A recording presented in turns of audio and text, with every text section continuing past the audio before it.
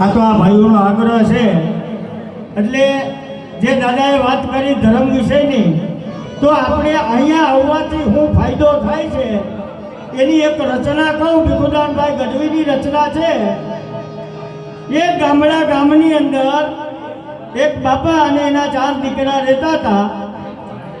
એમાં બાપા મરણ પથારીએ પડ્યા હતા અને 4 દીકરા આખા કુટુંબને ભેરું કરીને બેઠા હતા. એટલે બાપાનો જીવ જાતો નહોતો. એટલે દીકરા વિચાર કરતા હતા કે બાપાનો જીવ કેમ જાય. તો આવા અવધેશભાઈ જેવા સમજદાર વ્યક્તિએ કીધું કે બાપાને કાનમાં જઈને પૂછો કે બાપાને કઈ અબડખા છે, કઈ બાપાની ઈચ્છા છે. તો એના દીકરાએ બાપાને કાનમાં પૂછ્યું કે પપ્પા તમારી કઈ ઈચ્છા છે. તો એના બાપાએ એવું કીધું કે બેટા મારે જૈન મુનિના દર્શન કરવા છે. ચોમાસાનો ટાઈમ, જૈન મુનિ બધા દેરાસરમાં હોય. ચોમાસામાં જૈન મુનિ ક્યાંય મળે નહીં. ગામનું ગામ એના 4 દીકરા ગાડીઓ લઈ અને જૈન મુનિને ગોતવા નીકળ્યા, પણ જૈન મુનિ ક્યાંય મળે નહીં.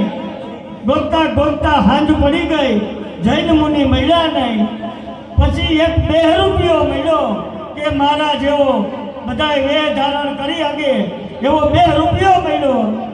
એ 2 રૂપિયાને કીધું કે ભાઈ મારા બાપનો જીવ જાતો નથી, મારા બાપની છેલ્લી ઈચ્છા છે કે મારે જૈન મુનિના દર્શન કરવા છે.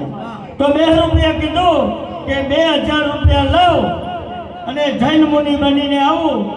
તારા બાપનો જીવ જાય તો મને 2000 રૂપિયા આપવાના. એટલે છોકરાને કીધું કે કાંઈ વાંધો નહીં, તમે અસલ જૈન મુનિ બની અને મારે ઘરે આવો. એ 2 રૂપિયો આપે હોપ જૈન મુનિ બન્યો. જૈન મુનિનો વેશ પહેરી અને એ બાપાની પાસે આવી અને 5 મંત્ર બોલ્યો અને બાપાનો જીવ વયો ગયો. અને પછી જૈન મુનિ જે 2 રૂપિયો બન્યો હતો એ પાછો નીકળ્યો. એટલે એને દીકરાને કીધું કે ભાઈ ઉભો રે, તારા પૈસા લેતો જા. તો કે નહીં નથી જોતા. તો કે કેમ 2000 ઓછા પડે? તો કે નહીં, તારા બાપની આંખ બંધ થાય અને મારી આંખ ઉઘડી જાય. તો આ જૈન મુનિના પહેરવેશમાં આટલી તાકાત છે તો આ સાનિધ્યમાં કેટલી તાકાત હશે અને સનાતન ધર્મમાં કેટલી તાકાત હશે. તો મારા ભાઈ અહીંયા આવવાનો આ મોટામાં મોટો ફાયદો. બોલો સંત ભગવાનની જય, બાપુની